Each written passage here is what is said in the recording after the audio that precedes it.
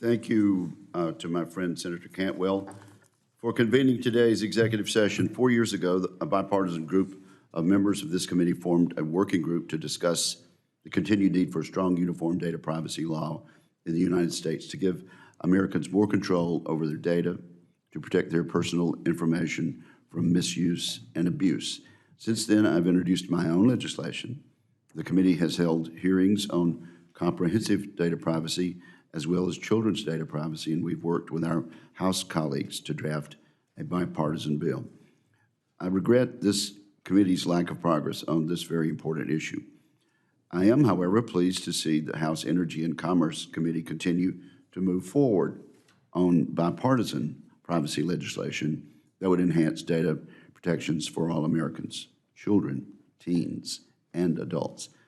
Just last week, the House Energy and Commerce Committee advanced the American Data Privacy Protection Act by a vote of 53-2. I urge this committee to take up that bipartisan legislation.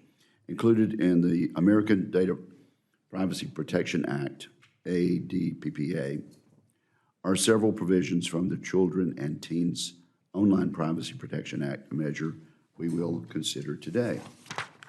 While no legislation is perfect, the ADPPA represents a bipartisan, bicameral compromise that I believe has the best chance of reaching the President's desk before the end of the year. I appreciate all the work that has gone into the Children and Teens Online Privacy Protection Act, but the need for a national law that provides data protections for everyone must be this committee's priority. For that reason, I cannot support this legislation today.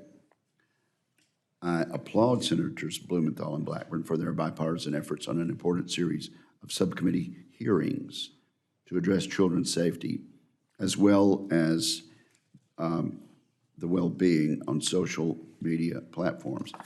The Kids Online Safety Act is a product of their work and a foundation for protecting children, particularly as COVID took many everyday activities online. That said, although I appreciate the sponsors incorporating elements of my amendments into this legislation, more work needs to be done to tighten the scope of the bill, define key terms, and ensure that we avoid the creation of a patchwork of inconsistent or conflicting state laws governing the design and operation of covered platforms. I look forward to working with Senators Blackburn and Blumenthal to address these issues before advancing this legislation to the floor. This morning, the committee will be voting on important nominations. Admiral David Pekoski for a new term as Administrator of the Transportation Security Administration, Mr. Donald Cravens to be Undersecretary of Commerce for Minority Business Development, Ms. Susie Feliz, Assistant Secretary of Commerce for Legislative and Intergovernmental Affairs. I particularly look forward to working with Mr. Cravens, who will be the first person to fill the elevated role of Undersecretary. One of the key improvements that was included in legislation I sponsored last year to codify the Minority Business Development Agency. Now, there is another nomination that the chair mentioned, that of Dr. Arthi Prabhakar. With regard to that nomination, I had planned I think we had planned to vote on that today. She has high qualifications and experience, having previously served as the head of two science-oriented agencies, DARPA and NIST. And at the request of the chair, we agreed to try to accommodate an exceptionally quick process to vote on her nomination.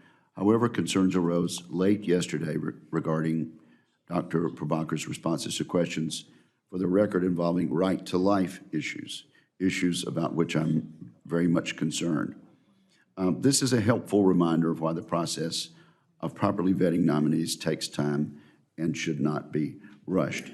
In my opinion, the vote on Dr. Prabhakar should not be made today, and we'll see where the votes are, but I would expect that the nomination will not move forward at this point. Let me be clear, I'm an ardent supporter of the right to life and right to life issues, and I've always supported the Hyde Amendment. To the extent we can clear up these issues and make sure that long-standing provisions such as the Hyde Amendment remain steadfast, perhaps the nomination can go forward at a later time.